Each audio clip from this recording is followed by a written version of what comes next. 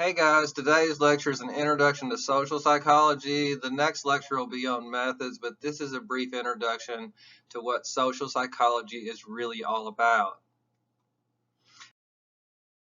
Okay, so it comes from two different areas, sociology, and I'm sure some of you have already taken a sociology class, and sociology focuses on the group, whether that's race, socioeconomic status, ethnicity, religion, groups. Psychology focuses a little bit more on your mind and behavior, the individual. So when I put the two things together, social psychology is what I've always thought about. How does the group impact my feelings, my thoughts, my behaviors? It's also about how I can impact the group, but mainly has a lot to do with how the group impacts me. Now, this sounds a lot like peer pressure, and it is. Group pressure or peer pressure is what this class is all about. Now, if you think I have these on here. Oh yeah, I have my sheeple. And so sheeple like you to act like all the other sheeple. And if you're like me over here, they're like, Tim, what are you doing? Turn around, go the other way. You put the wrong color coat on today. And so this is why I adore social psychology. And here is one of my favorite quotes. The nail that sticks out the farthest gets hammered the hardest. That's this guy right here. So I'll get into the psychology of deviance later, but the group wants us to adhere to certain norms. Okay, so finally, I have a definition of social psychology. It's the scientific study of how people's thoughts, feelings, and behaviors, that's the psychology part, are influenced by other people and situations. That's the social part. So group psychology. So let's focus on groups for a minute. When I talk about groups, I usually break up society into these three parts. You have everybody, the big society or the superordinate group. That's like everybody in America being one big happy family. It's like I don't think we achieve that very often. I'll get into this later. I think more often than not in America, everybody's out for themselves. You know, maybe I'm jaded. I live in Scottsdale. Or we break into subgroups as us versus them, us and them. That's one of my favorite Pink Floyd songs, but don't get me started. Us and them. That's America, us and them. It's like all you have is two choices. Like, I don't care if you're red or blue. That just seems so boring to me because we're just going to elect somebody and then 4 years later they're going to not do what they said they were going to do. So I don't really care. So, anyway, if I get into this whole us and them in America, I call us the divided states of America. I mean, red versus blue. You can just like abortion, gun control, whatever, taxes. You can just go right down the line and just get to us versus them in 2 seconds. We're supposed to be united, not divided. And this is where I usually talk about the bird. A bird has two wings. I'm left wing. I'm sorry. I love my right wing brethren, but the wings work together to balance each other out. You don't need everybody being left wing and don't need everybody being right wing. And so when it comes to these two wings, one of the reasons I love JFK is because he had the balls to say he was a liberal. Like me, I'm a liberal. Doesn't mean I'm bad or satanic or all this other stuff. It means that I welcome new ideas without rigid reactions. If we didn't have liberals, you wouldn't have the right to vote, women. You know what I mean? Black people would still be enslaved. It's like you had to have people to fight against the system. Doesn't mean you have to all be liberals, but I'm for civil rights. I'm for feeding and housing and clothing people, especially since 15,000 children will die today because they don't have clean water or food. Okay, enough about Tim's soapbox. Let's go back to the bird. When I talk about the bird, I talk about in this class flocks, or herds, or tribes. Now, I've talked about sheep too, but I like this focus on tribe. Even though I'm a white boy, I think of myself as a tribal psychologist because it's how does the tribe influence us and how can we influence the tribe? Okay, so let's go back to the herd of sheeple. I love the sheeple. Okay, I identify with the black sheep. We'll get into deviance later, but the reason I identify with it is one thing. It's called junior high and high school. I was a nerd back then. There was no Big Bang Theory. It wasn't cool to be a nerd. There was no nerd chic. There was like getting beat up, you know what I mean? Getting bullied. That was a whole nother thing. So this is why I identify with this element of society minority. Okay, and so, in a time of universal deceit, George Orwell says, telling the truth becomes a revolutionary act. I used to give 1984 as a project in this class, so you're lucky you don't have to read 1984. I love 1984. But anyway, it reminds me of another quote. Denial is the glue that holds a dysfunctional family together. Uh-oh. Start telling the truth in a dysfunctional system and see what happens. Okay, so this is what Oscar Wilde says about telling the truth. You better make sure you make people laugh, otherwise they'll kill you. This is why I love comedians. All comedians do is get on stage and tell the truth.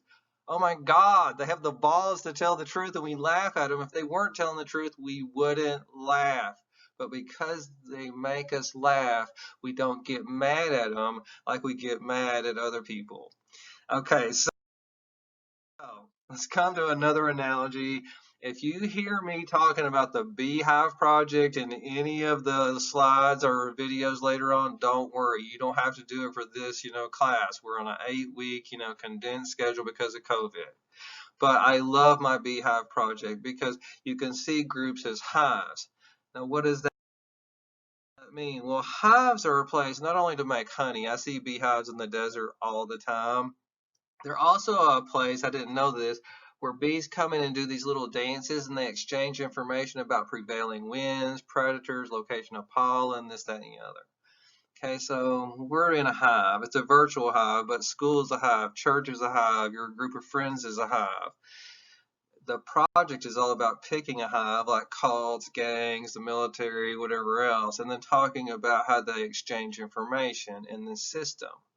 Now, if you're with me, following my drift, there's a lot of information out there in the world. And I can focus on certain pieces. If you've had me before, this should sound familiar. And this will start to determine my perception of the world over here. The only problem is if I fly into the hive, they'll pre-filter this information as we dance and get exchange information.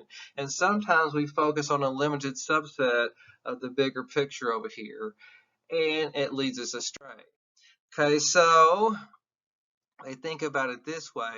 If I'm a bee and I only fly into this hive because I am Christian, I'm Catholic, so there you go, strike two. And I only fly into this hive and only have Christian friends, I'm going to have a limited world perspective over here. That's why I love having Muslim friends and Jewish friends, my Hebrews, because if I have a lot of different friends, even Wiccan and atheists, then I get a different world perspective, and I don't want all the exact same Tim friends. Otherwise, I just have a bunch of clones of me. What's the problem with that? We all already have the same beliefs, and then we get around and we exchange the same things, and we go, oh, we're right, because all of us agree. And it's like, yeah, of course you all agree because you're all exactly alike. You pre-selected each other. Okay, so now if I get off of this one, that's what I call social reality. We fly into the hive, we exchange information, but if the bees are already exchanging the exact same information, like in the case of cults, one of my favorite cults is a Heaven's Gate.